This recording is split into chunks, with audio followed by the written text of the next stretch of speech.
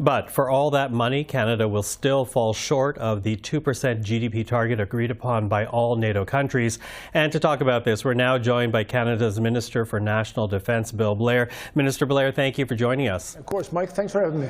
So listen, let's start with this 2% really threshold. Canada will still not meet this NATO target with today's plan.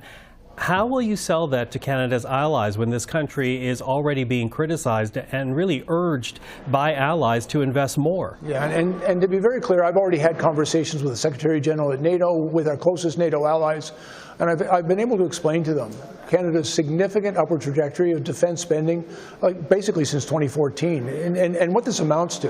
By 2029, nearly a tripling of Canada's defense spending. I think I've been able to reassure our allies that Canada's defense spending in the really important focus of our investments in members of the Canadian Armed Forces, but also significant new investments in newer capabilities, is going to enable Canada, first of all, to fill our own obligations to our country, to defend it, and particularly to defend our sovereignty and security in the Arctic, but also create new capabilities that we are going to bring to our alliances in NORAD, in NATO, and in the Indo-Pacific. I think there's a general acknowledgement among our colleagues that we are making real progress, substantive and well-established progress in our movement towards the 2% threshold. And there's two parts of the 2% threshold. It's 2% as a target for defense spending, but it also requires that each member spend up to at least 20% of their defense budget on new capital acquisitions of planes, boats, tanks, artillery, and munitions. We are making those investments, and we're meeting that threshold and going to meet that threshold under this new plan for each of the next 20 years. But I think as well within this document, Michael, we talk about some of the foundational work that this enables us to do in order to determine what we are going to require in missile defense, for example, or in underwater surveillance, a new submarine fleet. And as the Prime Minister made very clear in his remarks this morning, we know that we're going to have to replace our submarine fleet. We're not ready yet. We've got work to do to determine what our requirements are and to go to the market and see what's our best option before we start spending Canadian taxpayers' dollars. But we're going to have to acquire that new fleet. And when we do that, and some other acquisitions that we're doing the important and necessary work to do to determine that, that'll easily take us into the 2% threshold. And that pathway is really what I've been able to assure our allies. Canada is well established and on that pathway. The other limitation I will also share with you, among a number of our allies, they can simply put out a document saying they aspire to meet 2%. We actually have to book the money through our budgetary processes. That's a requirement of our government and our finance department. And frankly, this is a very, very significant new investment of Canadian tax dollars in defense spending, unprecedented, quite frankly, in our country. And as I've said, since 2014, when we inherited what the previous government had done, where defense spending actually fell below 1%, this actually results in a nearly tripling of defense spending in Canada. That's not insignificant, and I think it is encouraging news for our allies. Okay, I take what you're saying here, a near tripling of the actual dollar amount, but why is it so hard to get to the 2% of GDP? You know, you appreciate this. We've been hearing it time and again from our allies for quite some time now. Why is it so hard to get to that 2%? Well, first of all, it's a significant expenditure of tax dollars. We're very mindful of the current fiscal situation in Canada.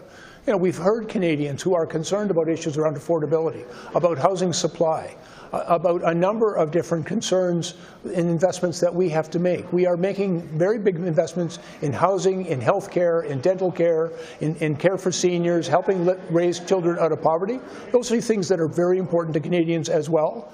But we also are very mindful of our responsibility, first of all, to fulfill every national government's responsibility to defend its own country and its own borders. We also know we've got a tremendous amount of work that we can do and need to do in our high Arctic. And at the same time, Canada has always been among the leading countries to step up when peacekeeping efforts or investments or in NATO and in the Indo-Pacific and around the world.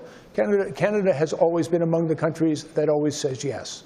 And so we want to make sure that we can continue to have the capability to be there for our allies, but most importantly, to be there for Canadians. Okay. And so investments in our far north, this is a real inflection point, a pivot in Canadian defense policy that I think for perhaps the first time recognizes our primary responsibility to defend our country.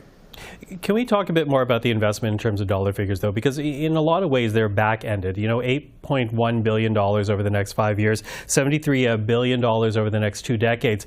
Looks good on paper, but it's a promise because really there's no guarantee that your government will be re-elected. So, you know, how much of this is optics and a PR exercise? Well, listen, we saw under a previous government that they were quite willing to cut commitments to defense spending.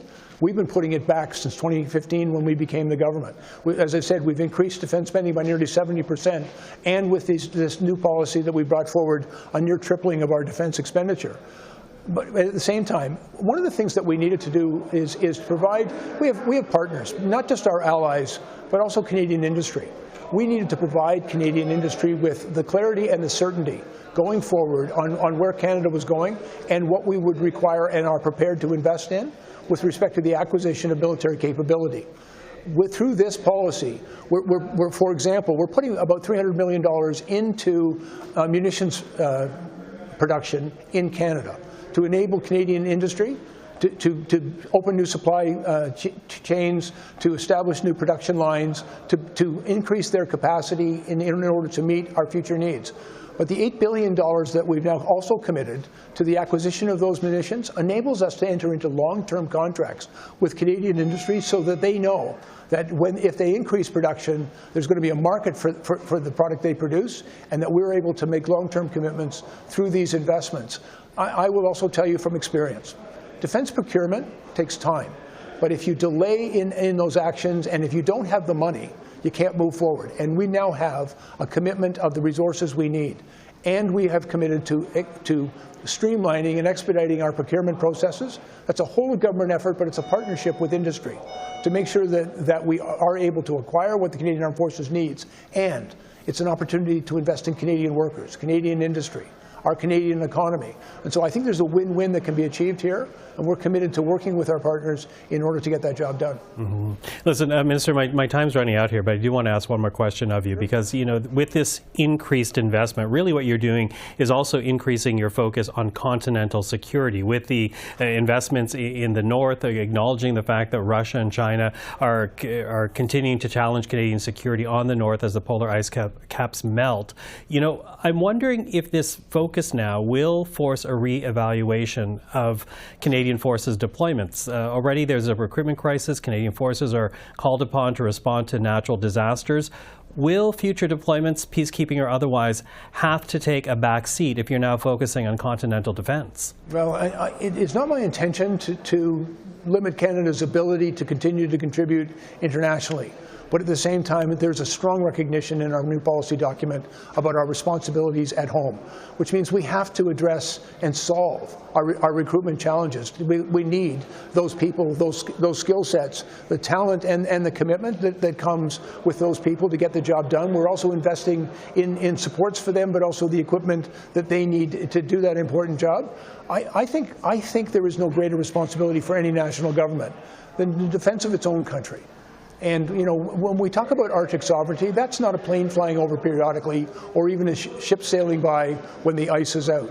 It needs you have to be persistently present. You have to have the capability to defend your country against any adversary. We are seeing far more aggressive action from potential adversaries, Russia and China. We're seeing with climate change, that entire region of the world is becoming far more accessible. We have to be present there. We're going to invest in the Arctic. We're going to invest in Arctic communities. We're going to invest in Canadian Armed Forces capabilities in the Arctic. We have that responsibility not just to our country, but to our North American partner, the United States, to NATO, for Northern Arctic security right across the entire Arctic. Canada has a responsibility, and we're going to step up. Minister Bill Blair, appreciate the time this evening. Thank you for that. Thanks very much, Michael.